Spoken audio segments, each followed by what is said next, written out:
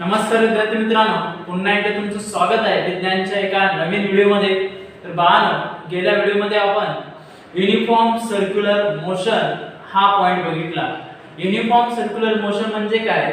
एक समान वर्तुळाकार गती, एक समान वर्तुळाकार गती। त्याच्यामध्ये आपण बघितलं की स्पीड हा कॉन्स्टंट राहतो, त्याचबरोबर direction of velocity and displacement हा बदलत राहतो आणि तो जो ऑब्जेक्टचा जो हे मार्गक्रमण आहे, जो पाथ आहे, जे पुढे जाण्याचा किंवा पुढे जाण्याचा, तो कसा आहे? सर्क्युलर मॅनर, सर्क्युलर पाथ आहे, म्हणजे वर्तुळाकार कक्ष आहे किंवा वर्तुळाकार मार्ग आहे। म्हणल्यावर एखाद्या ऑब्जेक्टचं जे हे पाथ आहे ते सर्क्युलर मॅनर जर असेल तर the object moving in circular path, the object in motion, the object in motion moves with circular manner या circular path is called as circular motion, is called as circular motion। मग circular motion मध्ये uniform circular motion कधी होतं? जेव्हा काय होतं? Speed कसं असतं? कॉन्स्टंट असतं। स्पीड कसं असतं? कॉन्स्टंट असतं, म्हणजे दोन्ही पण इक्वल राहतात। म्हटल्यावर डिस्टन्स पण कव्हर इक्वल होतो आणि टायमिंग पण इक्वल राहतं। म्हटल्यावर डिस्टन्स कव्हर करण्यासाठी जो टायमिंग आहे तो दोन्ही पण इक्वल राहिला तर युनिफॉर्म सर्क्युलर मोशन होतं। काय होतं? युनिफॉर्म सर्क्युलर मोशन तिथं होत असतं, हे लक्षात ठेवा।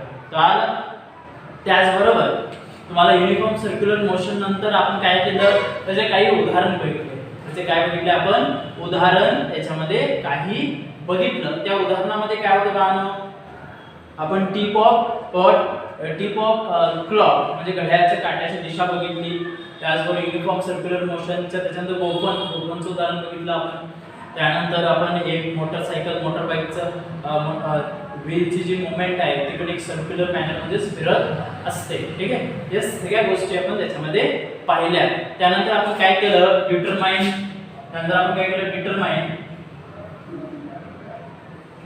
The velocity of what? Uniform circular motion. आपण युनिफॉर्म सर्क्युलर मोशनची काय केली? डिटरमाइन केलं काय? वेलोसिटी, वेग त्याचा डिटरमाइन केला। ठीक आहे, आता बघा, तर वेग करत असताना आपण काय पाहिलं? आता बघा, वेग हे करत असताना आपण काय पाहिलं की त्याच्यामध्ये वेग बदलत असताना आपण दोन एक उदाहरण बघितलं। कुठलं उदाहरण बघितलं? त्याच्यामध्ये एक डिस्कचा आणि कॉइनचा। डिस्क काय केलं आपण? हाय स्पीडनं, हाय वेलोसिटीने रोटेट केली, त्याच्यावर एक कॉइन ठेवलं होतं। ते कॉइन काय होतं? काही वेळानं काय होतं? लगेच या सडनली काही टाइम लागतो की ते काय थ्रोन ऑफ होतं। थ्रोन ऑफ म्हणजे उडून जातं। मग काय होतं आणि का घडलं असं? Because velocity of this object, म्हणजे तो वेग त्या वस्तूचा होता म्हणून ते थ्रोन ऑफ झालं, ते बाहेर फेकली गेली।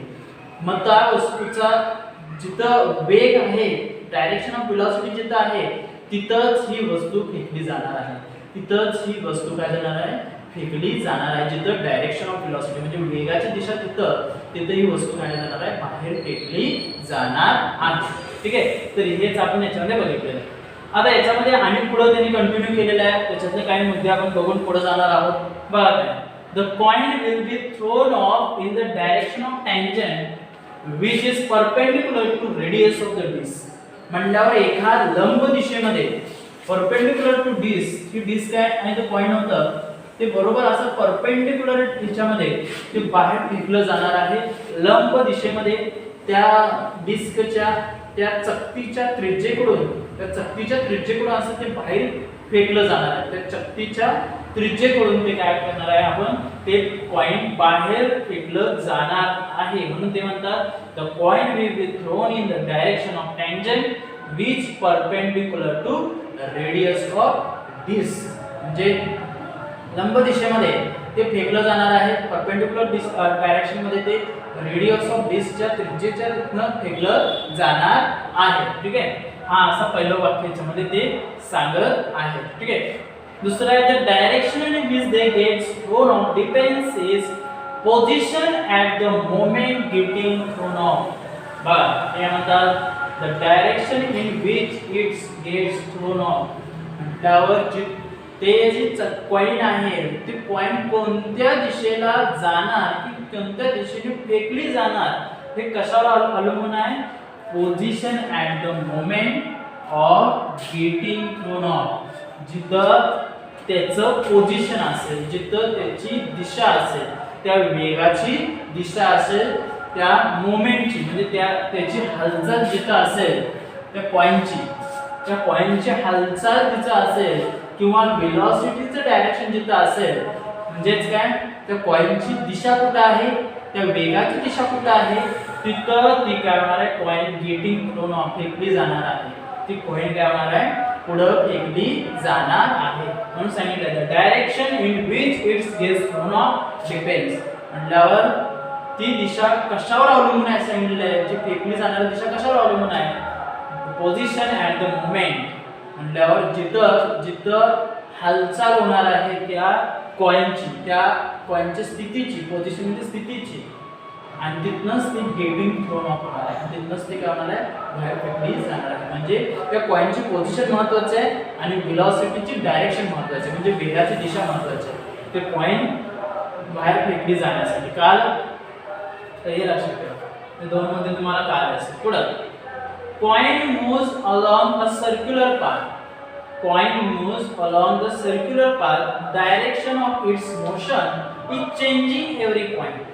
बघा, the coin moves along circular path. आपल्याला माहिती आहे की कॉइन जी होती ती सर्क्युलर पाथ मध्येच जाणार आहे, फिरत जाणार आहे किंवा फिरत थ्रोन ऑफ होणार आहे. The direction of its motion is changing every point. म्हणजे त्याची जी गतीची दिशा आहे, ती कशी काय होणार आहे? सारखं चेंजिंग इन एव्हरी पॉइंट, प्रत्येक याच्यावरती काय होणार आहे? बदलणार आहे. काय ते सारखीच राहणार आहे? नाही, कारण डिस्कची वेलोसिटी कमी झाली, त्याची भी कमी होणार आहे. म्हणजे कॉइन कसे फिरत जाणार? ती सर्क्युलर पाथ. त्याचं डायरेक्शन ऑफ मोशन म्हणजे त्या गतीची दिशा पण काय होणार आहे? सारखी बदलणार आहे. म्हणजे गती पण बदलणार, गतीची दिशा पण सारखी बदलणार आहे. ती कशा? एव्हरी पॉइंटला ती काय होणार आहे? बदलत जाणार आहे. ठीक आहे. चौथं आहे, आता हे 3 पॉइंट तुमचे झाल्या. या 3 पॉइंट झाले तुमचे युनिफॉर्म सर्क्युलर मोशनवर. कशावर? युनिफॉर्म सर्क्युलर मोशनवर हे 3 पॉइंट तुमचे झाले. आणि त्याचबरोबर determine the velocity of uniform circular motion हे पण तुमचं कंप्लीट झालं. या 3 मुद्द्यामध्ये हे पॉइंट कंप्लीट झालं. आता आपण बघणार आहोत न्यूटन्स लॉ ऑफ मोशन. आपण न्यूटन लॉ ऑफ मोशन हे फक्त गणितीय स्वरूपात बघितलं होतं. v प्लस at s बरोबर ut प्लस 1/2 at चा वर्ग, त्यानंतर v चा वर्ग, u चा वर्ग 2as. हे फक्त गणितीय स्वरूपात पाहिलं.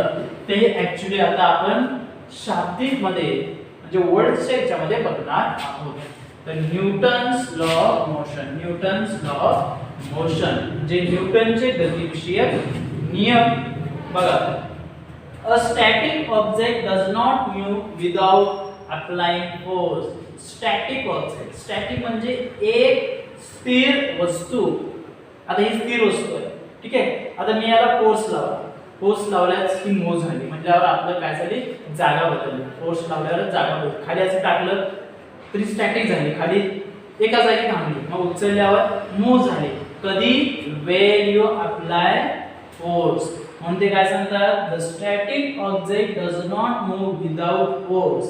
म्हटल्यावर एखादी स्थिर वस्तू तोपर्यंत हालचाल करत नाही किंवा तोपर्यंत जागा बदलत नाही जोपर्यंत त्याच्यावर तुम्ही फोर्स अप्लाय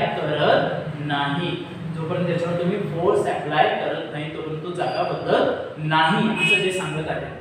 तर दुसरं उदाहरण तुम्हाला मी फक्त दोनच घेतले. दुसरं त्यांनी पुस्तकामध्ये दिलेलं आहे की जो फोर्स एक बुक घेण्यासाठी अप्लाय आपण करतो, जो फोर्स आपण एक साधं टेबलावर ठेवलेलं पुस्तक बुक पिकअप करण्यासाठी अप्लाय करतो, तेवढंच फोर्स आपण ते टेबल मूव्ह करण्यासाठी वापराल का?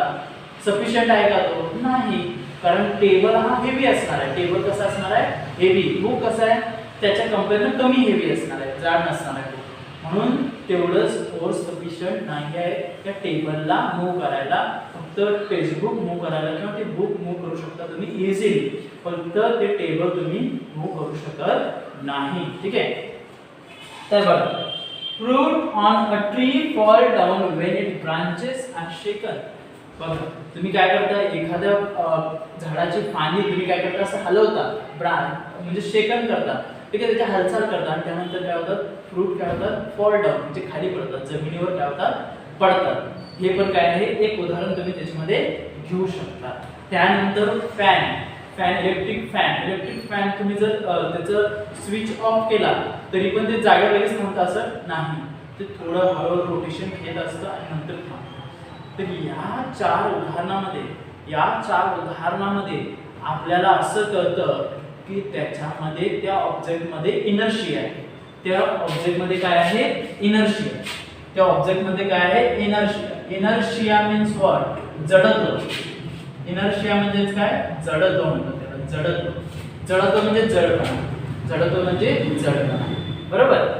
ही वस्तू ती याला जडपणा आहे, स्वतःचं जडपणा, मास आहे, याला स्वतःचं वजन आहे, त्यामुळे त्याला अप्लाय फोर्स जास्त लागेल. बुक आहे, बुकला पण वजन आहे, टेबलला त्याच्यापेक्षा जास्त वजन आहे, म्हणजे इनर्शिया म्हणजे जडत्व आहे. ठीक आहे. या फ्रूटला पण काय आहे, जडत्व आहे, इनर्शिया आहे. त्यानंतर तुम्हाला इलेक्ट्रिक फॅन सांगितलं, फॅन मध्ये पण जडत्व, इनर्शिया आहे, त्यामुळे रोटेशन तो घेत असतो. तर या चार उदाहरणांना आपल्याला समजतं की या सगळ्या ऑब्जेक्ट मध्ये, या फ्रूट असू दे, ती बुक असू दे, किंवा स्टॅटिक ऑब्जेक्ट असू दे, किंवा इलेक्ट्रिक फॅन असू दे, त्याच्यामध्ये काय असतं, इनर्शिया मीन्स व्हॉट, जडत्व म्हणजे जडपणा, त्या वस्तूचा जडपणा किंवा मास म्हणजे त्याचं वजन. ठीक आहे. Inertia related to mass of object. Mass म्हणजे काय, वजन वस्तुमान. मास म्हणजे काय, वस्तुमान. ठीक आहे. म्हणजे we relate the object have some inertia, म्हणजे त्याच्यामध्ये जडत्व असतं. जडत्व म्हणजे जडपणा असतो. मग इनर्शिया कशाशी संबंधित आहे, मास म्हणजे वस्तुमान, ज्याला वस्तुमान म्हणतो आपण. प्रत्येक, आता याचा वस्तुमान वेगळा आहे, तर टेबलाचं वस्तुमान वेगळं आहे. ठीक आहे. तर हे 6 मुद्द्यावरून आपल्याला इथेपर्यंत समजलं. ठीक आहे. Newton first law of motion describe this property. बघा, म्हणजे न्यूटनचा हा जो पहिला नियम आहे, तो कशाबद्दल माहिती सांगत आहे. न्यूटनचा पहिला नियम कशाबद्दल आहे, द डिस्क्राइब दिस प्रॉपर्टी. म्हणल्यावर कोणती प्रॉपर्टी, लॉ ऑफ इनर्शिया. म्हणल्यावर न्यूटनचा पहिला नियम हा कोणता गुणधर्म दाखवतो, असं ते म्हणतात. प्रॉपर्टी म्हणजे गुणधर्म, कोणता गुणधर्म दाखवतो, लॉ ऑफ इनर्शिया म्हणजे जडत्वाचे नियम. म्हणजेच काय, जडत्वाचे नियम दाखवतो. म्हणजे तुम्हाला मी असं विचारलं, न्यूटन फर्स्ट लॉ कशाशी रिलेटेड आहे, इनर्शियाशी म्हणजे जडत्वाशी. आणि इनर्शिया म्हणजेच काय, मास ऑफ द ऑब्जेक्ट. बरोबर. तर हे लक्षात ठेवा. ठीक आहे. तर Newton first law of motion, आपण त्याच्यामध्ये एक उदाहरण बघणार आहोत. Newton first law of motion. तर त्याच्यामध्ये एक उदाहरण तुम्हाला दिलेलं आहे.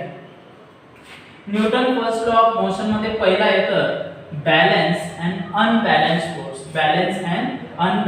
फोर्स. म्हणजेच काय, संतुलित आणि असंतुलित बल. संतुलित किंवा असंतुलित बल. एक्झाम्पल प्लेट टग ऑफ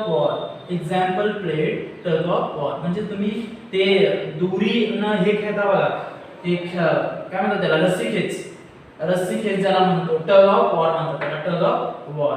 आता याच्यामध्ये काय होतं बघा, मराठीमध्ये मला सांगतो म्हणजे हे तुम्हाला समजून जाईल. इथं दोघं उभा आहे, म्हटल्यावर हे आणि दोन्हीचं वेट, यांचा वेट समान आहे. मग मला सांगा की दोरी कोणत्या डायरेक्शनला जाईल, की जे दोरीचं जो याला रोप म्हणतात. रोप म्हणजे मध्य काठी दोरीची कुठं जाईल, समान मध्ये स्टॅटिक राहील. स्टॅटिक म्हणजे ते इकडे पण जाणार नाही, इकडे पण जाणार नाही, कारण दोन्ही बाजूला काय आहे, इक्वल वेट आहे. काय आहे, दोन्ही बाजूला इक्वल वेट आहे, म्हणून ते स्टॅटिक राहणार. ते रोप काय होणार, कुठेही शिफ्ट होणार नाही. पण समजा इथं 2 आणि इथं 2 होते, इथं 3 आले आणि इथं 2च राहिले, इथं 3 आले रस्सी खेच करण्यासाठी आणि इथं 2च आहे. म्हटल्यावर हा जो रोप आहे मध्य काही दोरीची कुठे शिफ्ट होणार, ग्रेटर फोर्स. म्हटल्यावर इथं 3 होते तर 2च आहेत, म्हटल्यावर हा शिफ्ट झाला कुठं, या बाजूला. ठीक आहे. म्हटल्यावर मला पहिला सांगा, पहिलं एक्झाम्पल काय असू शकतं, जिथं दोन्ही वेट समान होतं, जिथं इनर्शिया समान होतं, जिथं मास समान होतं, तिथं कुठला असणार आहे बॅलन्स फोर्स. बॅलन्स म्हणजे दोन्ही बाजूला फोर्स बोथ साइड इक्वल म्हटल्यावर जर फोर्स बोथ साइड इक्वल म्हणजे लावलेला जो बल आहे दोन्ही बाजूला इथं दोघं बल आहेत आणि बल सारखा लावलेला आहे इक्वल फोर्स लावलेला आहे आणि सेंटर रोप ही स्टॅटिक आहे. स्टॅटिक म्हणजे त्याचा जो दोरीचा मध्य काय आहे ती स्टॅटिक राहिलेली आहे स्थिर राहिलेली आहे मध्ये, तर त्याला काय म्हणतात बॅलन्स फोर्स. त्याला काय म्हणतात बॅलन्स फोर्स. म्हणजे फोर्स कसा पाहिजे दोन्ही बाजूला इक्वल. पण इथं काय होतं बघा व्हेन फोर्स बिकम अनइक्वल, जेव्हा फोर्स अनइक्वल होतो म्हटल्यावर एका जागेला फोर्स जास्त होणार आणि तो रोप ऑफ दिस रोप शिफ्ट कुठं होणार जिथं फोर्स जास्त आहे. जिथं फोर्स इथं तिघं वाढले तिथं फोर्स जास्त लावले तिघांनी तर तिथं शिफ्ट होणार आहे आणि तेव्हा हा फोर्स अनइक्वल होईल म्हणून याला अनइक्वल फोर्स म्हणतात. त्याला काय म्हणतात अनइक्वल फोर्स होईल. काल तर एवढं लक्षात तुम्ही ठेवा. ठीक आहे. आज आपण पाहिलं युनिफॉर्म सर्क्युलर मोशन बद्दल थोडं माहिती घेतली. त्याच्यामध्ये बघितलं की जी कॉइन आहे त्याचं फेकण्याची जी दिशा आहे ती कशी आहे परपेंडिक्युलर आहे लंब आहे.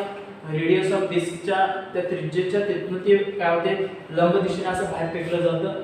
The direction in which get thrown is depends upon position at the moment. म्हटल्यावर जी कॉइनची जी पोझिशन आहे स्थिती किंवा हालचाल जिथनं होत आहे त्याची तिथनं ती फेकली जाते बाहेर. ठीक आहे. Coin moves along circular path. ती कॉइन काय होते मूव्ह सर्क्युलर पाथ कारण आपली हे जी होती चकती डिस्क ती सर्क्युलर फिरत होती. डायरेक्शन ऑफ मोशन काय होते सारखं त्याची गती चेंज होत जाणार आहे ते कुठं जाऊन तरी थांबणार आहे. ठीक आहे. कारण न्यूटन लॉ ऑफ मोशन बघितला आपण तुम्हाला काही 4 उदाहरण सांगितले तर 2 उदाहरण मी घेतलेले आहेत. त्याच्यामध्ये आपल्याला असं कळालं की प्रत्येक ऑब्जेक्टला काय असतं इनर्शिया असतो. ओके. तर इनर्शिया असतो. इनर्शिया म्हणजेच काय मास ऑफ द ऑब्जेक्ट वजन ज्याला वस्तुमान म्हणतो ज्याला. ओके वस्तुमान. न्यूटन लॉ फर्स्ट लॉ काय दाखवतो जडत्वाचा गुणधर्म दाखवतो. ठीक आहे. त्यानंतर आपण न्यूटन फर्स्ट लॉ मध्ये बॅलन्स आणि अनबॅलन्स फोर्स बघितला. बॅलन्स फोर्सचं आपण उदाहरण तुम्हाला सांगितलं समजावून की बोथ साइड फोर्स जर इक्वल असेल तर बॅलन्स फोर्स होतं आणि अनइक्वल झालं तर अनबॅलन्स फोर्स होतं. ते एक उदाहरण तुम्ही त्याच्यामध्ये बघू शकता. तुम्हाला याच्यामध्ये काय प्रॉब्लेम असेल तर तुम्ही मला नक्कीच विचारा. तुम्हाला मागच्या व्हिडिओमध्ये प्रत्येक व्हिडिओमध्ये प्रॉब्लेम असेल या व्हिडिओमध्ये प्रॉब्लेम असेल काहीतरी तांत्रिक चुका झाल्या असतील तर तुम्ही मला सांगू शकता. ठीक आहे. लवकरच मी टेस्ट घेणार आहे म्हणून तयारीत राहा. ठीक आहे. अभ्यासाला सुरुवात करा. धन्यवाद.